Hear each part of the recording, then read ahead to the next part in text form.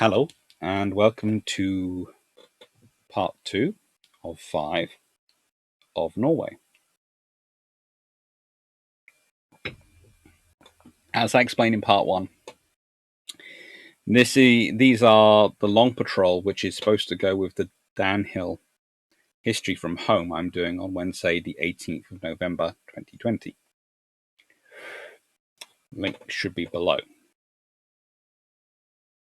So if you want to hear the live discussion, please go to that. And I'm going to do a single long patrol.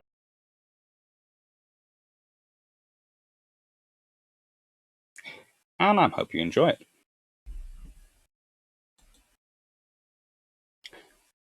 The what campaign?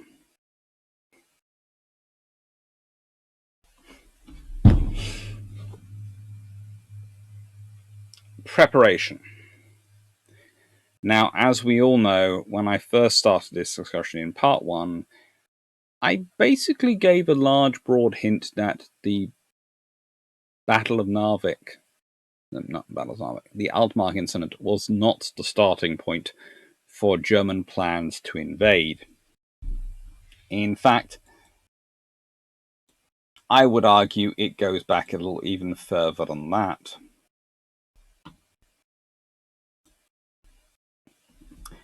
I would argue that in the case of Norway, it goes back to the 14th of December, 1939, when Admiral Raeder, who's already been arguing for quite a while for the taking of Norway in order to provide secure access to the North Atlantic for ships and submarines and aircraft, and to stop the British potentially being able to firm up any blockade of the German forces into the North Sea, i.e. to prevent a rerun of World War I, had introduced Adolf Hitler to Vidkun Quisling, a former defense minister of Norway. Norway is really not served well by its defense ministers in the 1930s. I'm struggling to find one who I would actively want to be the Minister of Defense.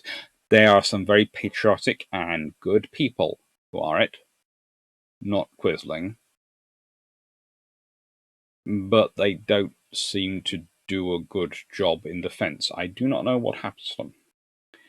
And he managed to have 2 meetings with Hitler within December 1939.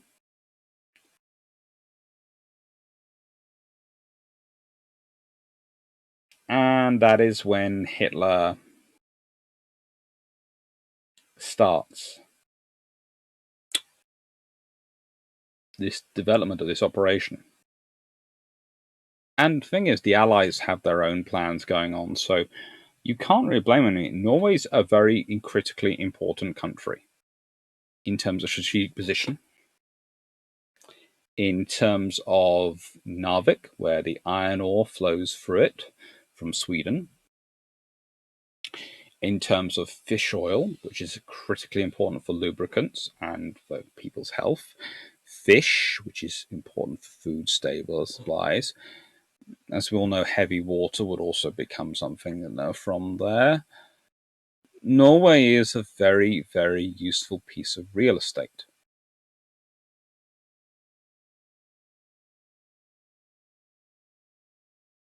Which makes the limited defense capabilities that they were pursuing all the more nonsensical. Let's go through this. Right. So, on February the 5th, using this is 1940, using assistance to Finland as the acceptable reason, i.e. it's part of the Winter War, they're currently beating up the Soviet Union. I've seen pre-war council decides on invasion in Norway. Initial plans are for a landing at Narvik. Why do the Allies want to go to Narvik? Ooh, iron ore!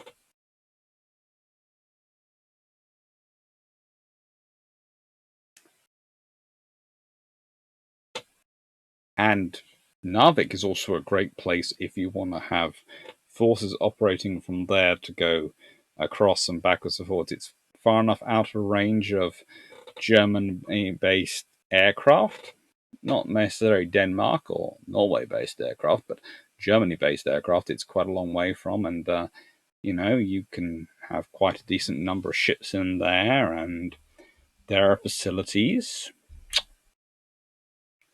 Then, of course, the Altmark incident.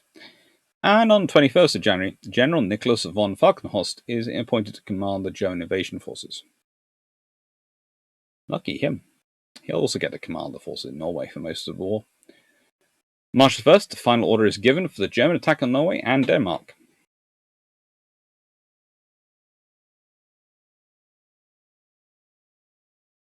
First of March. It's initially set for 17th of March as the invasion, but that doesn't happen. Various things pulled off. Someone realizes the logistics are going to be a nightmare. Another someone manages to realize that this is going to be a lot more complicated than they presumed. And there are quite a lot of Royal Navy activities going on that period.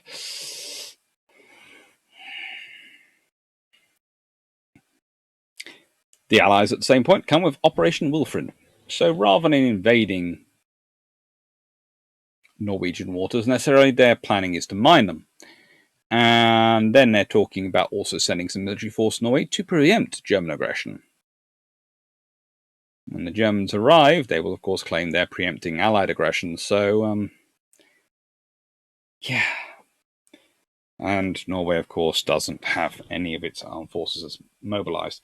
I think I would have had a couple of companies mobilized already in every single major port. On a rotating basis. Yes, it would cost money, but it would just raise my readiness and give me something sitting in there. Because honestly, you don't need that many troops to defend the port. You need a lot to take a port if it's defended, but not many to defend it.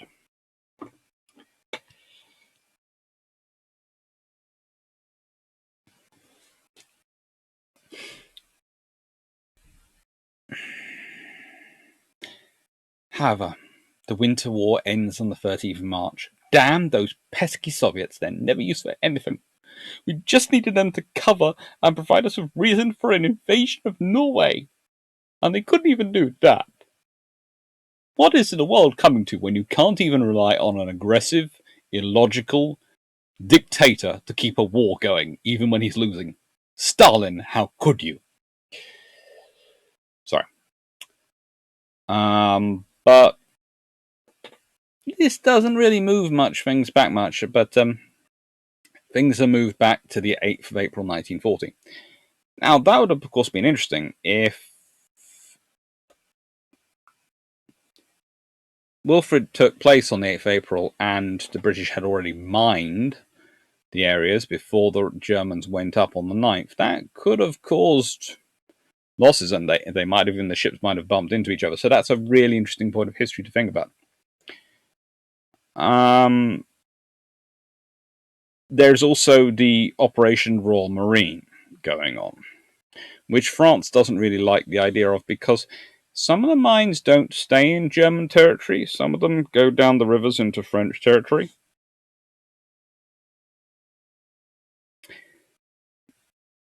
And I'm not sure why they chose Operation Royal Marine for mines, which you randomly drop into river waters and float down and blow up when they come into contact with things. Cannot see any connection with Royal Marines on that at all.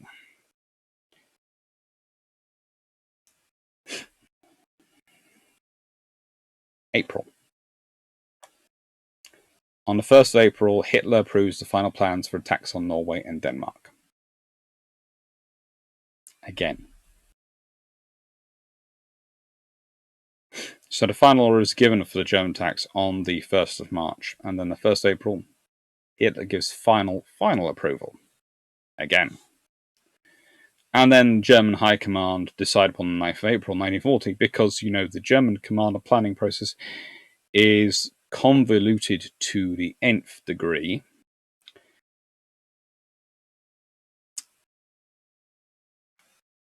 Right, 3rd of April, really interesting point. Winston Churchill becomes the chair of the British Ministerial Defence Committee. Now, up until this point, he's been First Lord of the Admiralty, or First Lord of the Admiralty, which is the sort of politician in charge of the Admiralty. But now he's made de facto Minister for Defence Coordination in many ways, because he's the chair of the British Ministerial Defence Committee. So, pretty much, Chamberlain has handed over the running of the war to Churchill, in all but name. At this point, one of his first actions is to order Operation Wilfred and then pursue getting permission to do it. At which point, on the 5th of April, Britain and France notify Norway of their reservation of the rights to deny Germany access to Norwegian resources. Code for, we can invade you if you want to. Also, another reason why haven't you mobilized your troops? Another point. Perfectly justified in mobilizing troops. Imagine if the Norwegian forces had been mobilized on the 5th of April, after receiving that from Britain and France.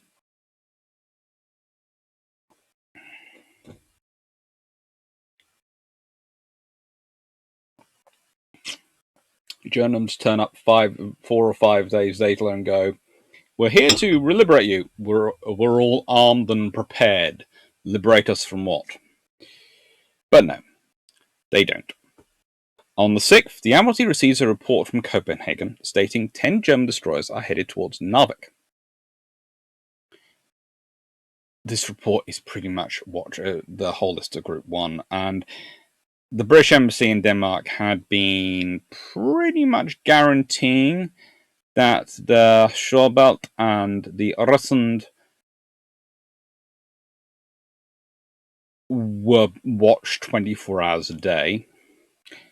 However, they managed to skip past potentially British submarines and other things like possibly RAF Coastal Command, area patrols and other things going on, and not be seen, and so therefore they don't believe the embassy. Another point of history, if they had, again, there could have been a very interesting force waiting for them as they get closer to Narvik, before they even get into Narvik. Could have been having a very nice conversation with some tribal class destroyers, going, "How are you feeling? Do you like HMS Renown? Do you like HMS Arethusa? How do you feel about us? We're tribals. We've brought some buddies. Meet the H-class." But no. The world spins on these points. On the 7th, German vessels began to set sea for Operation Werburg, and some were seen by RAF reconnaissance. The trouble is, they attack them, but they don't really start to put together what they're going for. The British, the information received is the British are thinking that there's being a major push to get out a major task group into the North Atlantic, because what they're seeing is the warships, but they don't realize some of those warships are A, carrying a lot of troops, and B, all the supply ships, which have already headed off first. The Home Fleet moves north-northeast in search of the enemy and are enhanced by the addition of 2nd Cruiser Squadron coming out to join them. Basically, it's a load of, "Hello, the 2nd Cruiser Squadron. We look good. Don't get in our way." 2nd Cruiser Squadron at this point have an inordinate number of some of the best cruisers in the Royal Navy. On the 8th, HMS Glowworm is sunk by the German cruiser Admiral Hipper.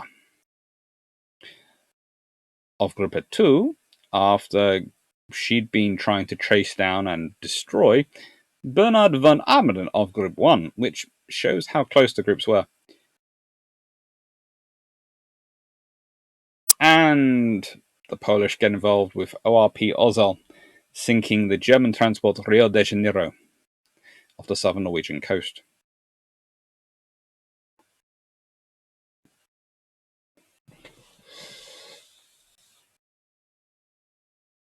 Imagine if Glowworm hadn't been alone. Imagine if Ozal's radio had worked a lot better. The story of Glowworm is worthwhile thinking and looking at.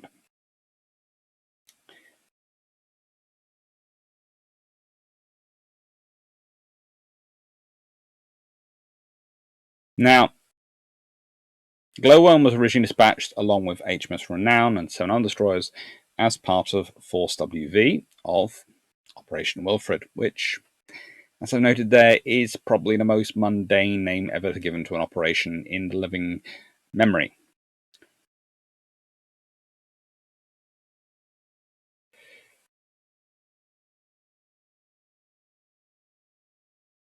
On the 7th of April, Glowworm ran into 2 destroyers of the German task group 1, Gruppe 1. The 1936 Z-18 Hans Luthmann and the 1934 A Z-11 Bernard von Allen. They got into trouble. They were loaded with troops. They are German destroyers, so honestly, they are not the most best designed for perhaps North Seas kind of waters. Although they're doing quite well. And yeah, HMS Glowworm starts to give them a lot of a hassle.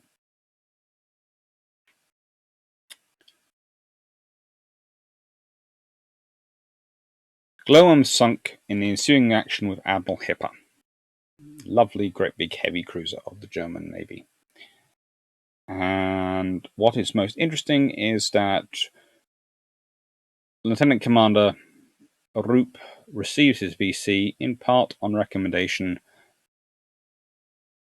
of other people. Specifically, Captain Sir C. Helmuth Hay, the commander of Admiral Hipper, who wrote to British authorities via the Red Cross recommending Roop for the VC for how tenaciously and how well he fought and aggressively tried to take on the vastly superior ship, which he probably realized he couldn't outrun. So the citation therefore reads, "The King has graciously pleased to approve the award of the Victoria Cross for Valour to the late Lieutenant Commander Gerard Brodney Roop, Royal Navy. On the 8th of April 1940, HMS Glowworm was proceeding alone in a heavy weather towards a rendezvous in West Fjord, when she met and engaged 2 enemy destroyers, scoring at least 1 hit on them. The enemy broke off the action and headed north to lead the Glowworm onto his superior forces. The commanding officer, whilst correctly appreciating the intentions of the enemy, at once gave chase. The German heavy cruiser Admiral Hipper was sighted, closing the Glowworm at high speed. An enemy report which was received by HMS Renown. Because of the heavy sea, the Glowworm could not shadow the enemy, and the commanding officer therefore decided to attack with torpedoes and then to close in order to inflict as much damage as possible. 5 torpedoes were fired, and later the remaining 5, but without success. Glowworm was badly hit. 1 gun was out of action, and her speed was much reduced, but with the other 3 guns still firing, she closed and rammed the Admiral Hipper. As the Glowworm drew away, she opened fire again and scored 1 hit at a range of 400 yards. The Glowworm, badly stove in and forward and riddled with enemy fire, heeled over to starboard, and the commanding officer gave the order to abandon her. Shortly afterwards, she capsized and sank. The Admiral Hipper hove to for at least an hour, picking up survivors, but the loss of life was heavy, only 31 out of the Glowworm's complement of 149 being saved. Full information concerning this action has only recently been received, and the Victoria Cross is bestowed in recognition of the great value of the commanding officer, who, after fighting off a superior force of destroyers, sought out and reported a powerful enemy unit, and then fought his ship to the end against overwhelming odds, finally ramming the enemy with supreme coolness and skill. Of course, as said, that information was brought to their attention by Captain C. Helmuth Hay.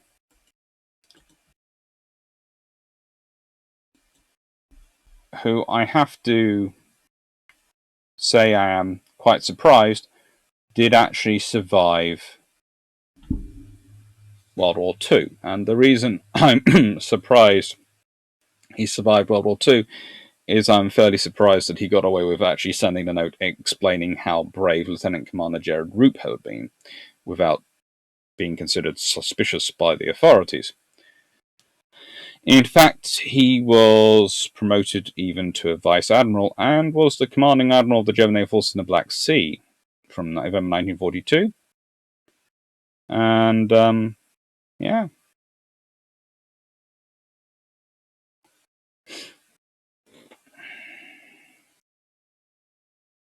He did well. Let's carry on with the Norway campaign. Also on 9th of April.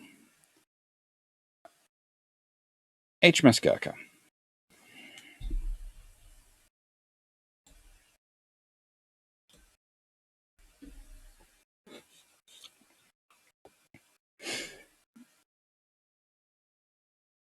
There were several operations going around, including various forces going about protecting heavy ships' movements and the home fleet going along. One of these involved several tribal destroyers of the 4th DF, the Mediterranean Tribal Flotilla. And this would actually be the first tribal class destroyer lost in World War II. One destroyer of the flotilla, Gurkha, was commanded by a noted gunnery officer, Commander Sir Anthony Buzzard. Great name for an AA gunnery officer. After years of training, presented at last with live targets, he was excessively annoyed by his inability to hit them, and turned his ship away from the wind and sea to better the conditions for the control and fire of the guns. This involved leaving the cruiser screen, and I should have recalled them at once, but in those very early days of the air attack on ships, the tactics to be pursued by surface forces were still being worked out, and there was no set policy. Buzzard's manoeuvre cost him his ship, and very nearly the lives of his crew. Interesting enough, because on Halifax, the rear admiral destroyers is slightly less restrictive on VN for this loss. Captain D4, in paragraph 1 of the Minute 2, has generously accepted the responsibility for allowing Gurkha to become detached.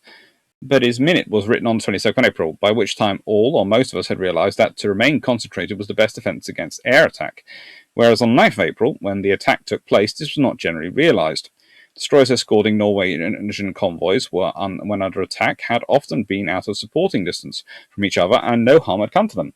I knew this and had issued no instructions on the matter. I do not therefore consider the Captain Z4 is any more to blame than I am, except for the omission to notice that Gurkha had attached herself completely to us, opposed to taking independent avoiding action.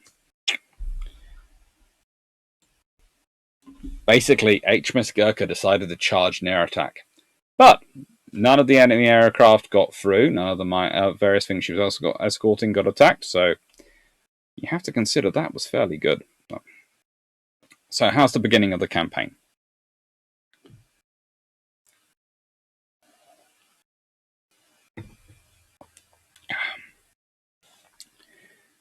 On the 9th of April, Denmark is captured by the German 170th Infantry Division and the German 198th Infantry Division.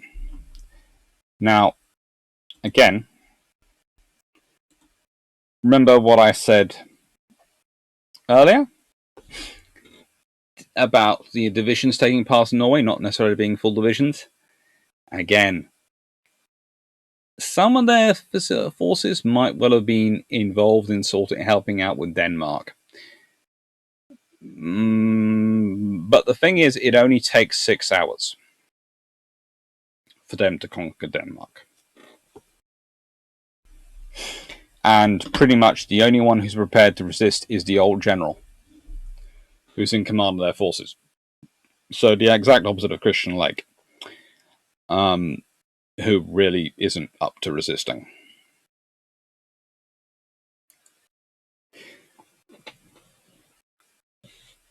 So this is the point at which you would expect Denmark's been invaded, right then. Okay, mobilize my troops if I'm Norwegian cabinet. How am I going to do it? I should probably do the quickest way to mobilize them as possible. Radio broadcast. No, and immediate call up. No, that will cause panic and will undermine the politics we've been selling and our defense policy and defense we've been selling for years.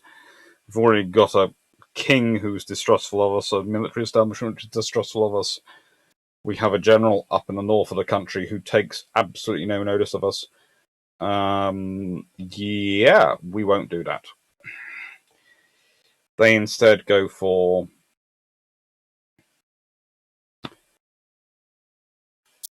a more simple option of, oh, telegrams and other things saying, can you report by the 11th?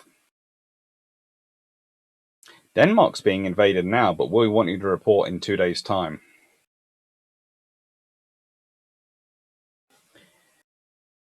What's really interesting is Gurkha 1 managed to, well, evade British forces, which could well have caught them outside before they get in Narvik. And this is one of the great what-ifs of the campaign, is what if the Narvik forces hadn't managed to reach Narvik? What if the British had run that particular group, Group 01, had never reached its target? You have a very different effect on Norway, because if you have Narvik not taken, then Fleischer can start moving south more quickly.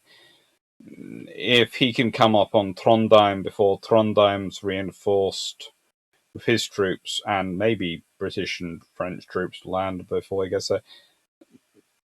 Well, as we're going, Fleischer managed to take Narvik. If he'd managed to take Trondheim and keep going south, Rouge might have been able to withdraw on him. And, well, whilst I doubt southern Norway could have been saved, there is the option.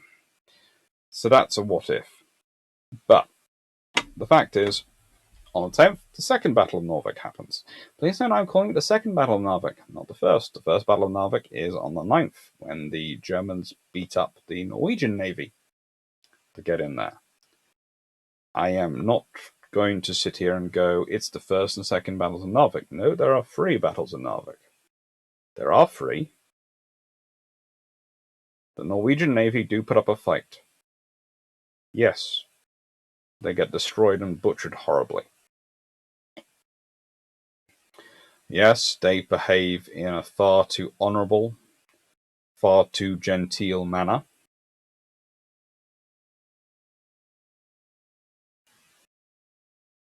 And frankly, that's, sadly enough, not the way you have to fight it in a modern war.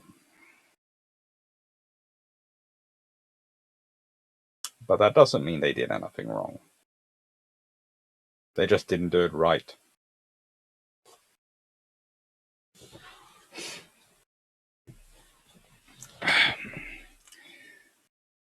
Königsberg is sunk by air attack on the 10th as well.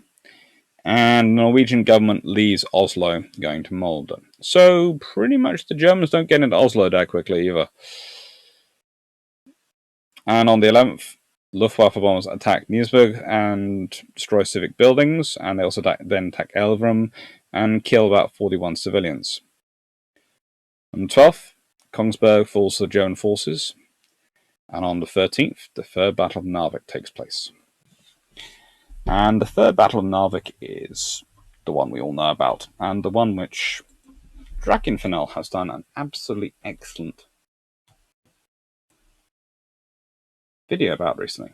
But, well, more about that. He covered all 3 battles.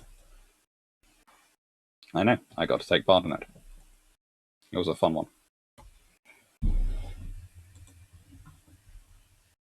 I'm making sure I'm getting my notes ready so I get names right. So, I'm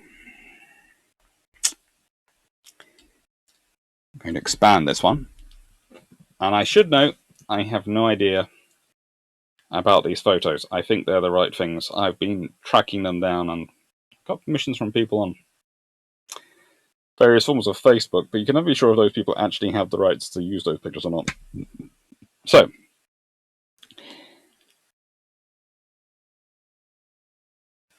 HMS Einsvold and HMS Norway. They're coastal defense ships. But That again doesn't make them necessarily bad ships.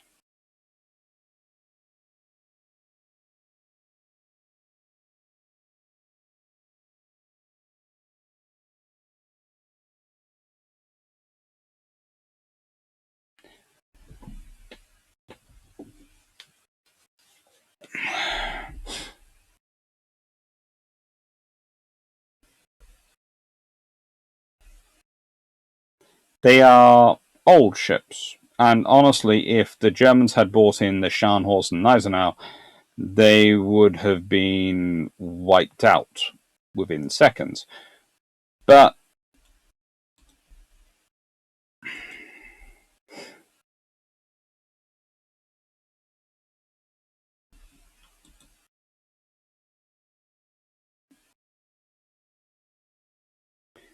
these sister ships were built for an earlier time. They were built in 1899.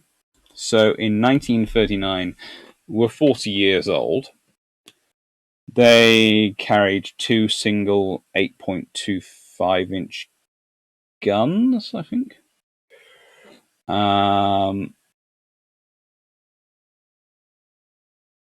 They carry.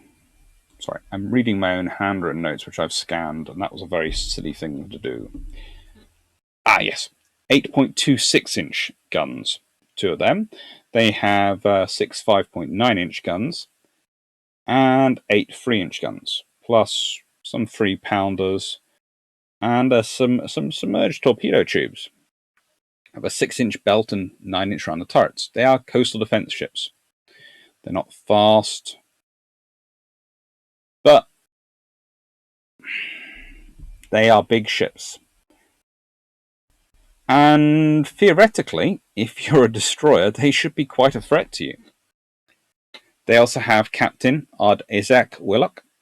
Now, I should point out, before we go much further, do this. The ones are, picture number 1 is, try and find it, Friedrich Bonte, the German Commodore. Then it's Odd Isaac Wilken. Then it's Per Askim. These two are the Norwegian captains. And then it is Captain Bernard Warburton Lee. So, those are the officers of the first and second battles.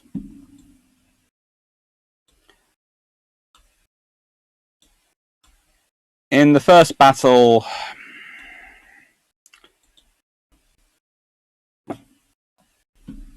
pretty much the Norwegian ships are caught in fog.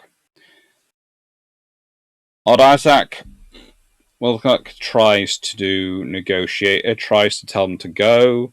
Germans say surrender or we're going to shoot, and he tells them, please report back that I will, be forced to fire. And the thing is, he doesn't seem to have noticed that the Germans are actually turning their guns already on him. Their torpedoes are already on him. And while he's been negotiating with the captain, and the moment the captain gets on the ship, instead of waiting to get back to his ship to start firing, just basically sends the orders. And they're attacked.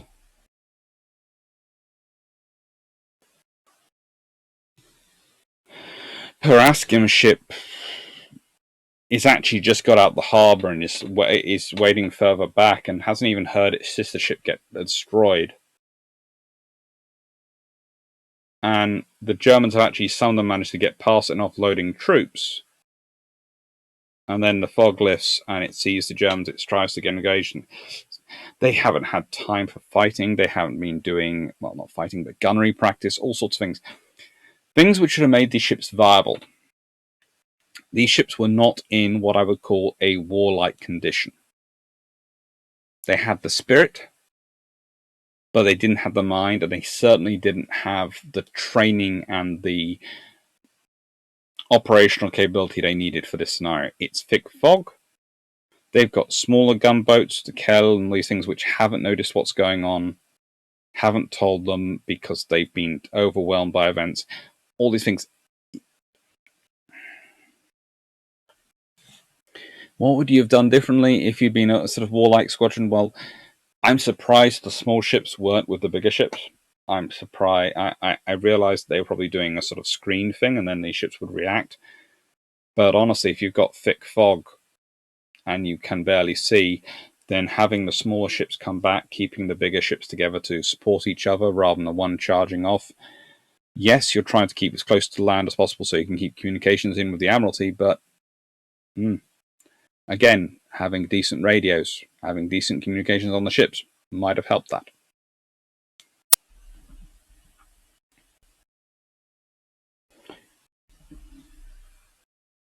The thing is,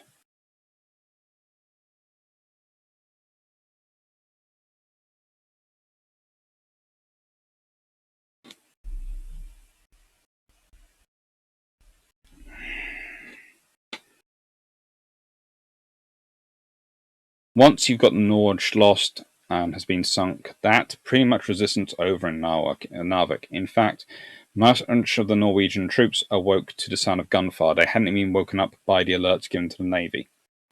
They hadn't been told that. This is part of the problem. The garrison is there. They're surrounded and disarmed before they can occupy defense positions. And Colonel Konrad Sudlo basically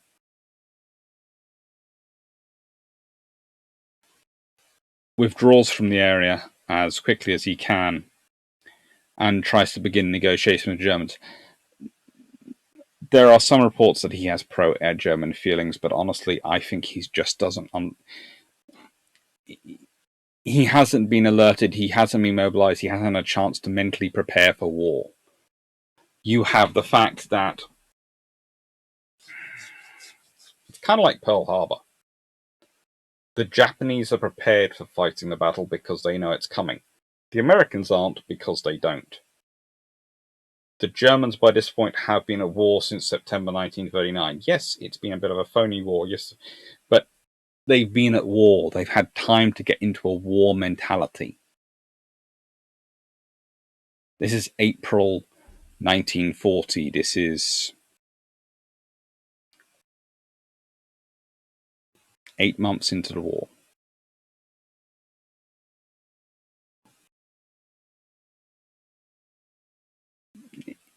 There's a different mentality going on here. There is the fact that they are prepared for war fighting. I think Sutherland wasn't. But in Fleish's tradition, this is Fleish's area, Colonel Sulu initiated negotiations for a ceasefire and withdraw the troops to Frams. Germans occupied the city and Norwegian troops were surrounded between the Germans and the sea. The division commander, who was in East Finnmark at the time, was notified about the situation by telephone and ordered Colonel Sudlo's second-in-command, Major Ormad, to arrest Colonel Sudlo, and then started on working out how he was going to retake Narvik. So, they're sent up with 2,000 troops.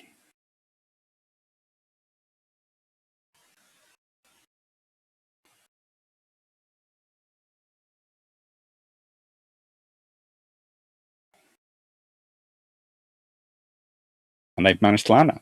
But are they going to get a hold of it? Well, that's where the second battle of Narvik comes in. The second battle of Narvik is where the British turn up. The British have heard that some German destroyers are in Narvik. They don't realise quite how many, and they go pootling in. Basically, it's reconnaissance by fire and fighting. And they do a good job of it. The Germans lose 2 ships.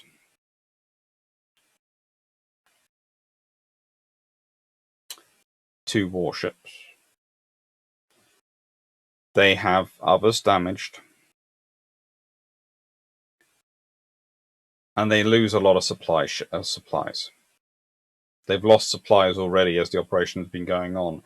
the British have been taking out supplies and supply ships almost from the beginning of the operation and not realizing what they were doing in a way.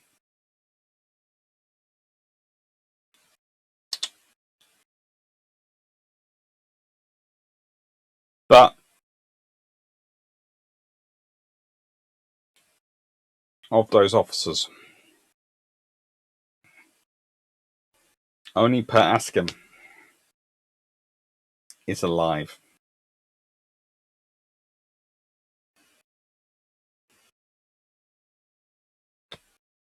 By the end of this.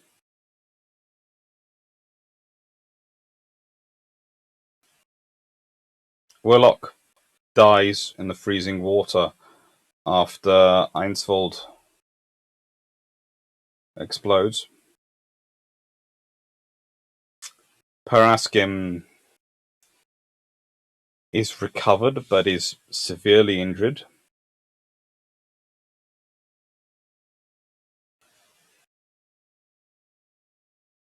And takes a while to recover.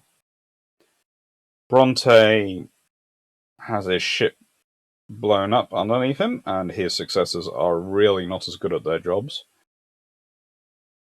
And Warburton Lee also has his ship blown up underneath him. And also gets a medal. Lots of good medals going around to this one. Then there's the third Battle of Narvik. And this battle is famous for far more fun. Group 1, of course, had turned up with 10 destroyers, but by this time they have 8. George Field, Wolfgang Zenker, Bernhard von Arnim, Henrik Gies, Erich Kellner, Dieter von Reder, and Hans Ludman and Hermann Kuhn. Now, Narvik, of course, is the place where all the Swedish iron ore comes in, so they have a good railway, but Admiral Whitworth is going in with a force of Warspite and 9 destroyers. What is interesting there is he doesn't have enough Marines because they've started forming up the Royal Marine Division at this point. So he doesn't have as many Marines aboard as he might normally have had or expected to have on him. And he hasn't got any enhanced Marines aboard, any sort of extra Marines aboard for operations. So he can't do any landing operations himself. So despite him going in with overwhelming force and unsurprisingly wiping out the German destroyers, and I mean completely wiping them out, and forcing the German troops away from Narvik Harbour, because HMS Cossack and some of the other destroyers decide to go right inside the harbour and give attention to all sorts of ships. Unfortunately, the ship with the food provisions is missed somehow.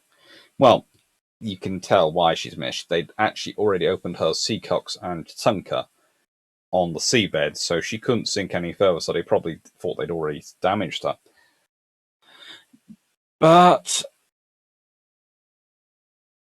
And the German troops get all their supplies thanks to a depot which is in Narvik, which is full of supplies for Fleischer's 6th Division. So that's another reason why Fleischer is annoyed with Sundlo. In fact, I think for Sundlo getting arrested was probably the safest option. I think if Fleischer had been anywhere within physical range, he might have done nasty things to him with his bare hands, because he lost him all his supplies, and he lost him his most important port from a logistics point of view to get in more supplies, and he didn't put up a fight. And his force was so badly bred that even the Navy, when the Navy was going out, at no point did anyone think to wake up and go, "The Navy is surging its warships. Perhaps we should wake up and man our positions." Yes, that might be a good idea. No, we'll wait till the Germans are already coming up the wharf to try and wake up and start manning our positions.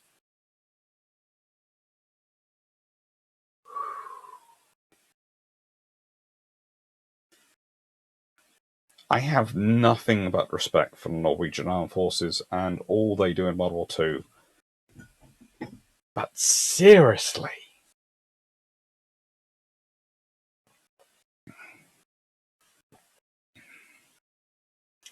They had some very interesting officers at the beginning of World War II. Very interesting. Anyway, the trouble is, Whitworth, whilst having an excellent force, doesn't have enough Marines. And he hears an amphibious force is supposed to be coming.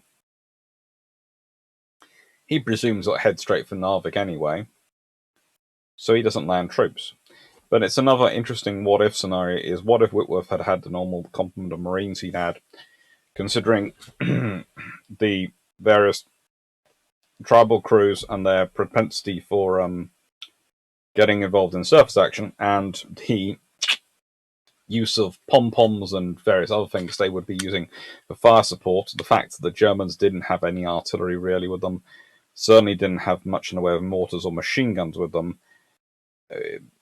You wonder how large a force, especially after seeing all their destroyers and all their ships blown up, how large a force of Marines and sailors the British would have had to put ashore to immediately capture Narvik. And if they had done that, and then they'd have had a port, they'd have had it secure already at the beginning of this thing, and you would have not, again, it would have been another scenario where you don't have that siege going place. So Narvik and Fleischer can come south quicker if he wants to. But that is what Narvik looks like after the third battle. You can see the destruction.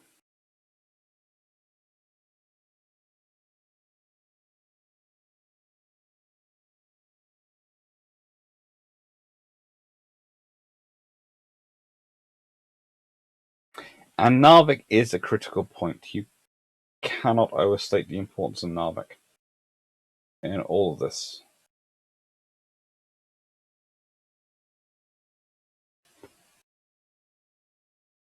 Because if you have control of Narvik, that's the iron ore from Sweden. That's a strong base on the other side of the North Sea, on the North Atlantic. That supplies can go backwards and forwards.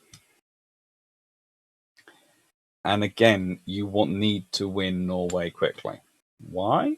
Because, as we know, looking backwards in history, what happens on the 10th of May 1940, i.e. the Battle of France begins. But again,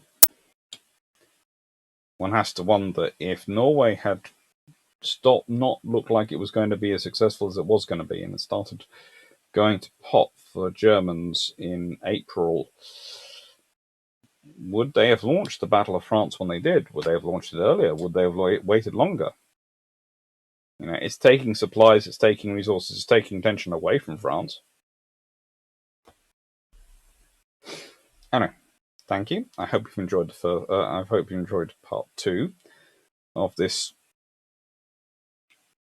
multi-part long patrol. And thank you. Remember, if you do like, please do subscribe. Please do press the bell. Please do like.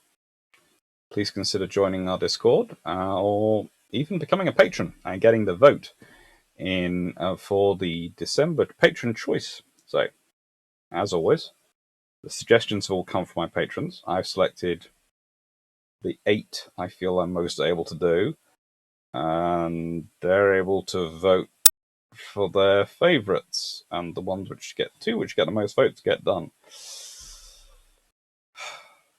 It's fun. And thank you.